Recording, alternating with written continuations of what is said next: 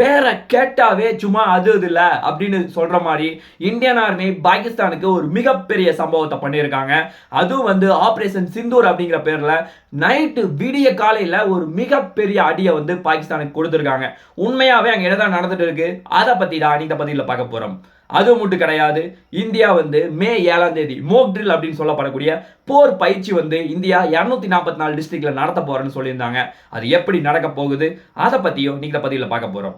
அது மட்டும் கிடையாது, இந்தியாவினுடைய விமானப்படை, கப்பற்படை, தரப்படை இந்த மூன்றினுடைய ஸ்ட்ரென்த் என்ன, இது எப்படி பாகிஸ்தானை சமாளிக்க போறாங்க, இது எல்லாத்தையுமே நீங்க பதிவில் பார்க்க போறோம். வணக்க நண்பர்களே, ஃபர்ஸ்ட் நம்ம பார்க்க போற ஒரு முக்கியமான விஷயம் அப்படின்னா, கரெக்டாக சொல்லணும்னா மே 7 காலை 1:44 மணிக்கு இந்தியா ஒரு மிகப்பெரிய அடியை, அதுவும் பர்டிகுலரா ஆபரேஷன் சிந்தூர் அப்படிங்கிற பேர்ல பஹல்காம் தாக்குதலுக்கு பதிலடியாக ஃபர்ஸ்ட் டைம் அட்டாக் பண்ணியிருக்காங்க. ஆக்சுவலா இது கிட்டத்தட்ட 26 முறை வந்து பாகிஸ்தானுடைய தீவிரவாத கும்பலுக்குள்ள போய் அடிச்சு நொறுக்கி இருக்கு.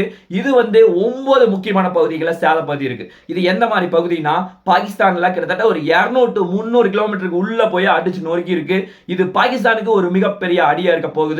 அது மட்டும் கிடையாது, இந்தியா சொல்றது நாங்க வந்து பாகிஸ்தான் அடிக்க கிடையாது, நாங்க வந்து பாகிஸ்தான் வந்து யாரு தப்பு பண்றாங்களோ அவங்களை ஐடென்டிஃபை பண்ணிட்டோம், அந்த இடத்தை தான் அடிக்க போறோம் அப்படின்னு சொல்லி மிகவும் வேகமா அடிச்சிட்டு இருக்காங்க. கிட்டத்தட்ட 9 முக்கியமான பகுதியில் ஃபுல்லா சேதம் அடைஞ்சிருக்கு. இது பாகிஸ்தானுக்கு ஒரு மிகப்பெரிய அடியா வந்து இருக்குது.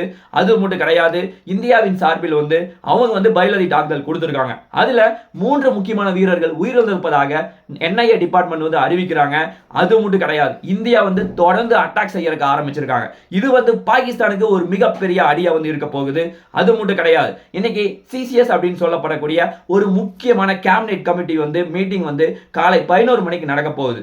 ஆல்ரெடி வந்து கிட்டத்தட்ட 2 நாள்ல கிட்டத்தட்ட 3 to 4 முறை வந்து மீட்டிங் நடந்தது.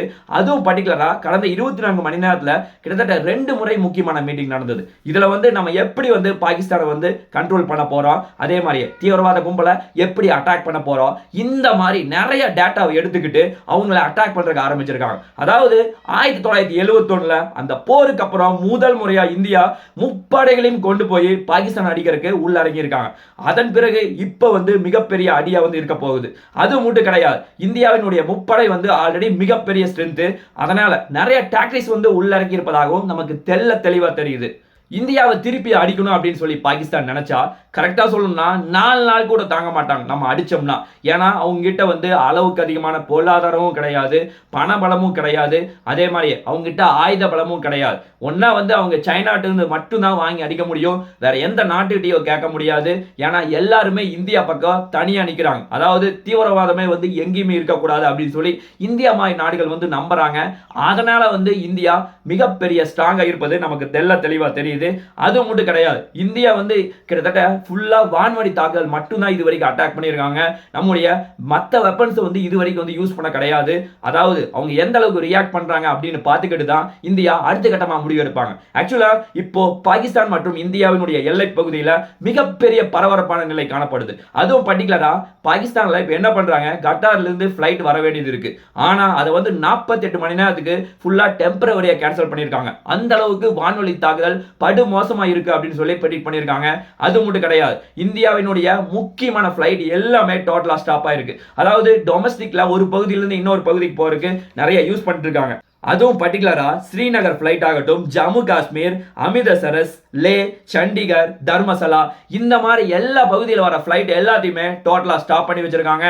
அதே மாதிரி நாங்க வந்து பாகிஸ்தான் வந்து திருப்பி வந்து அடிக்க மாட்டோம் அப்படின்னு சொல்லிட்டு இருந்தாலும் இல்லீகலா அடிக்க ஆரம்பிச்சிருக்காங்க. பஹல்காம் தாக்குதல் நடந்து கிட்டத்தட்ட 12 to 13 நாட்கள் ஆச்சு. இந்தியா வந்து நிறைய வழியில பாகிஸ்தானுக்கு பிரஷர் கொடுத்துட்டு இருக்காங்க. அதுவும் பர்டிகுலரா இந்தியா வந்து சிந்து நதியை க்ளோஸ் பண்றதாகட்டும், எல்லா ஃபிளைட்டையும் வந்து வான்வழி வந்து க்ளோஸ் பண்றதாகட்டும், இந்த மாதிரி நிறைய பிரச்சனைகளை பண்ணிட்டு இருந்தாங்க. அதாவது பார்டர்ஸ் எல்லாம் க்ளோஸ் பண்றது, இந்த மாதிரி பல பிரச்சனைகளை கொடுத்துட்டு இருந்தாங்க. ஆனா இப்ப வந்து தன்னுடைய வேலையை காட்ட இந்தியா ஆரம்பிச்சிருப்பது நமக்கு தெளிவா தெரியுது. அது மட்டும் கிடையாது, காமிகஸ் அப்படின்னு சொல்லப்படக்கூடிய அந்த ட்ரோன் மூலமா தான் இந்தியா வந்து பாகிஸ்தானை அட்டாக் பண்ணியிருப்பது நமக்கு தெளிவா தெரியுது. இந்தியா வந்து பாகிஸ்தானை இப்ப அட்டாக் பண்ணியிருப்பது காமிகோஸ் அப்படின்னு சொல்லப்படக்கூடிய அந்த ட்ரோனை தான் வந்து அடிச்சு நொறுக்கி இருப்பதாக தெளிவா தெரியுது. ஆக்சுவலா இது வந்து பிரைஸ் வந்து ஒரு பெரிய லெவல்ல கிடையாது. ஜஸ்ட் ஒரு 30,000 இருந்து 40,000 வரைக்கும் மட்டும்தான் இருக்கும் போது ஆக்சுவலா இது என்ன பண்ணுவாங்கன்னா நம்முடைய ஏர்கிராஃப்ட் இருக்குல்ல அதன் மூலமா இதை பிக்ஸ் பண்ணிட்டு அங்கிருந்து வந்து அப்படியே கீழே விட ஆரம்பிச்சிருப்பாங்க. அதன் மூலமா எளிதாக அட்டாக் பண்ணும். ஆக்சுவலா இது முக்கியமா என்ன பர்பஸ்க்காக யூஸ் பண்ணுவாங்கன்னா எதிரியை கண்காணிக்கிறதுக்கும் அதே மாதிரி எந்த போர் சமயம் வந்தாலும் இதன் மூலமா அட்டாக் பண்ண முடியும். அதுவும் பர்டிகுலரா ஆல்ரெடி ரஷ்யா உக்ரைன் போர்ல இது வந்து ரொம்ப முக்கிய பங்கு வச்சிருக்கு. ஆக்சுவலா இது வந்து பாத்தீங்கன்னா செகண்டுக்கு கிட்டத்தட்ட 40 மீட்டர் வேகத்துல போகும். அந்த அளவுக்கு ரொம்ப ஸ்ட்ரென்த்தா இருக்கு. இது வந்து கிட்டத்தட்ட ஒரு 5 to 6 கிலோமீட்டர் வந்து டிராவல் பண்ணக்கூடிய பவர் வந்து இதுக்கு இருக்கு. ஆக்சுவலா இந்தியாவினுடைய பிளான் என்னன்னா ஃபியூச்சர்ல 5000 கிலோமீட்டர் வரைக்கும் கொண்டு வரக்கு மிகப்பெரிய ஆராய்ச்சி நடந்துட்டு இருக்கு. அது மட்டும் கிடையாது, இதுல ஜிபிஎஸ் வந்து அடிஷனலா பிக்ஸ் பண்ணிக்கலாம். அதே மாதிரி ஹை ரெசல்யூஷன் கேமராவும் பிக்ஸ் பண்ணிக்கலாம். இதன் மூலமா வந்து எதிரியை அட்டாக் பண்ணியிருக்குதா அல்ல தாக்குதல் நடத்தியிருக்கா அல்லது வந்து ஃபுல்லா க்ளோஸ் பண்ணிருச்சா இந்த மாதிரி பல டேட்டா அதில் எடுக்க முடியும். இதனால இது வந்து இந்தியாவுக்கு ஒரு மிகப்பெரிய பாசிவா பார்க்கப்படுது. அது மட்டும் கிடையாது, இந்தியா வந்து 3 முக்கியமான கும்பலை தான் அட்டாக் பண்ண ஆரம்பிச்சிருக்காங்க. அவங்கள அடிச்சு நொறுக்கியே ஆகணும் அப்படின்னு சொல்லி விடாப்புடியா இருக்காங்க. அதுவும் பர்டிகுலரா லெக்சர் அப்படின்னு சொல்லப்படக்கூடிய அந்த அமைப்பு வந்து கிட்டத்தட்ட 2000 ஏக்கருக்கு மேல பாகிஸ்தான்ல மிக பிரம்மாண்டமா செயல்பட்டு இருக்கு. ஆக்சுவலா அங்க ட்ரைனிங் கேம்ப் ஆகட்டும், ஸ்கூல்ஸ் ஆகட்டும், ஹாஸ்பிட்டல்ஸ் ஆகட்டும், அங்க விவசாயம் பண்றதாகட்டும் எல்லாமே வந்து அவங்க வந்து தன்னந்தனியா பண்ணிட்டு இருக்காங்க, டெவலப்பும் பண்ணிட்டு இருக்காங்க. ஆக்சுவலா இந்த குரூப் அழிச்சாவே இந்தியாவுக்கு எந்த தொல்லை இருக்காது. அதுவும் பர்டிகுலரா பாகிஸ்தான் ஆக்குபைட் காஷ்மீர்ல நிறைய பிரச்சனைகள் போயிட்டு இருக்கு. இந்தியா வந்து அதை அட்டாக் பண்ணி நம்ம இடத்துக்கு வைக்கிறதுக்கு நிறைய வாய்ப்புகள் இருக்கு. இந்தியா அதை வந்து எப்படி எடுப்பாங்க அப்படிங்கறத நம்ம பொறுத்து தான் பார்க்க வேண்டும். இது ஒரு பக்கம் போயிட்டு இருந்தாலும் இந்தியா வந்து மே 7ஆம் தேதி போர் ஒத்திகை நிகழ்ச்சி நடக்கிறதுக்கு மிகப்பெரிய திட்டம் தீட்டியிருந்தாங்க. ஆக்சுவலா இது ஆரம்பிக்கிற சமயத்துக்கு முன்னாடியே வந்து இந்தியா அட்டாக் ஆரம்பிச்சிருக்காங்க, பாகிஸ்தான் பயப்பட ஆரம்பிச்சிருக்காங்க. ஆக்சுவலா இந்த போர் ஒத்திகை நிகழ்ச்சி கிட்டத்தட்ட 244 டிஸ்ட்ரிக்ட்ல நடக்க போகுது. அதுவும் அளவுக்கு அதிகமான பகுதிகள் அப்படின்னு பார்த்தா நம்முடைய நார்த் சைடு தான் அதிகமா நடக்குது. அதுவும் பர்டிகுலரா ராஜஸ்தான், குஜராத், மகாராஷ்டிரா இந்த மாதிரி டிஸ்ட்ரிக்ட்ல தான் ரொம்ப அதிகமா நடக்குது. அதே மாதிரி சவுத் இந்தியால பெரிய லெவல்ல கிடையாது. அதுவும் பர்டிகுலரா தமிழ்நாட்டுல 2 பகுதி தான், ஒன்னு சென்னை, இன்னொன்னு கல்பாக்கம். அதே மாதிரியே ஆந்திர பிரதேசல 1, கர்நாடகால 1, கேரளால 14 இந்த மாதிரி முக்கியமான பகுதிகளை மட்டும்தான் போர் ஒத்திகை நிகழ்ச்சி நடக்க போகுது. இது வந்து 1971ல ஒரு போர் நடந்தது. ஆக்சுவலா அப்ப வந்து பங்களாதேஷ் வந்து தனியா பிரியறதுக்காக ஈஸ்ட் பாகிஸ்தான், வெஸ்ட் பாகிஸ்தான் அப்படின்னு சொல்லி 2ஆ இருந்தது. அதை வந்து பிரிச்சு பாகிஸ்தான் தனியாகவும் இங்க பங்களாதேஷ் தனியாகவும் மாறுச்சு. அப்ப வந்து இதே மாதிரி தான் மோக் ட்ரில் நடந்தது. அதன் பிறகு கிட்டத்தட்ட 50 வருஷம் கழிச்சு இன்னைக்கு போர் ஒத்திகை நிகழ்ச்சி நடக்க போகுது. இது வந்து இந்தியா பாகிஸ்தானுக்கு கொடுக்கிற ஒரு மிகப்பெரிய சமட்டை அடி அப்படின்னு தான் நம்ம தெளிவா சொல்லலாம். இவ்வளவு விஷயம் பேசணும். இந்தியா வந்து அடிக்க போறாங்க அப்படின்னு. இந்தியாவினுடைய ஸ்ட்ரென்த் அப்படிங்கிறது இங்க இருக்க மிலிட்டரி தவிர இங்க இருக்க வெப்பன்ஸ் எல்லாமே இந்தியாவுக்கு ஒரு மிகப்பெரிய ஸ்ட்ரென்த். ஆக்சுவலா இந்தியா வந்து ஒரு ரீசெண்டான ஒரு அப்டேட் கிடைச்சிருக்கு. JF-17 அப்படின்னு சொல்லப்படக்கூடிய ஒரு பாகிஸ்தானுடைய முக்கியமான போர் விமானத்தை இந்தியா சுட்டு வீழ்த்தி இருப்பதாக ஒரு மிகப்பெரிய தகவல் கிடைச்சிருக்கு. ஆக்சுவலா இது வந்து ஒரு மிகப்பெரிய சேதம் அடைஞ்சிருப்பதாக நமக்கு டேட்டா கிடைச்சிருக்கு.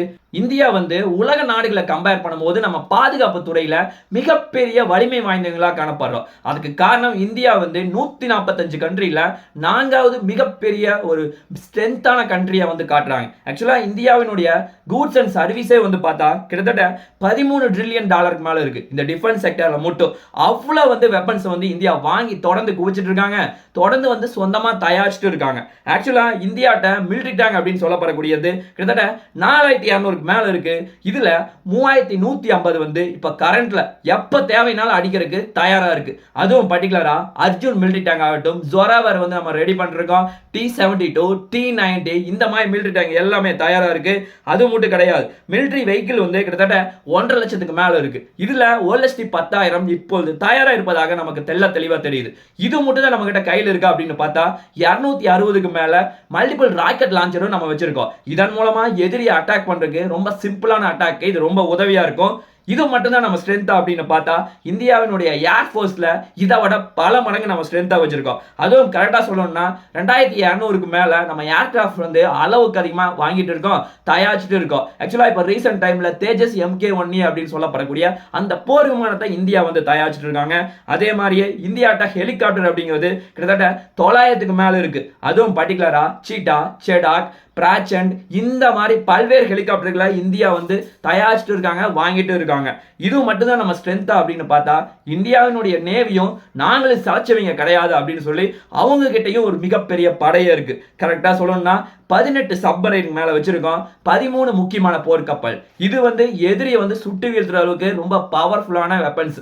இதையும் வந்து இந்தியா வந்து வச்சிருக்காங்க. ஆக்சுவலா 3 டிபார்ட்மெண்ட்டுமே மிகப்பெரிய ஸ்ட்ரென்த்தா இருக்கு. ஆக்சுவலா இப்போ இந்த 3 டிபார்ட்மெண்ட்டுமே பாகிஸ்தான் அடிக்க கிளம்பி இருக்காங்க. இவங்க வந்து யாரு தப்பு பண்ணாங்களோ அவங்கள வீழ்த்துற வரைக்கும் இவங்க 3 பேருமே ஓய மாட்டாங்க. அதுதான் ஒரு நிதர்சனமான உண்மை. இந்தியாவில் இருக்க எல்லா மக்களுக்குமே ஒரு 15 நாட்களுக்கு முன்னாடி பஹல்காம் தாக்குதல் நடந்தது. ஏன்டா இப்படி பண்ணாங்க அப்படின்னு சொல்லி ஒரு மிகப்பெரிய கோபம் இருந்தது.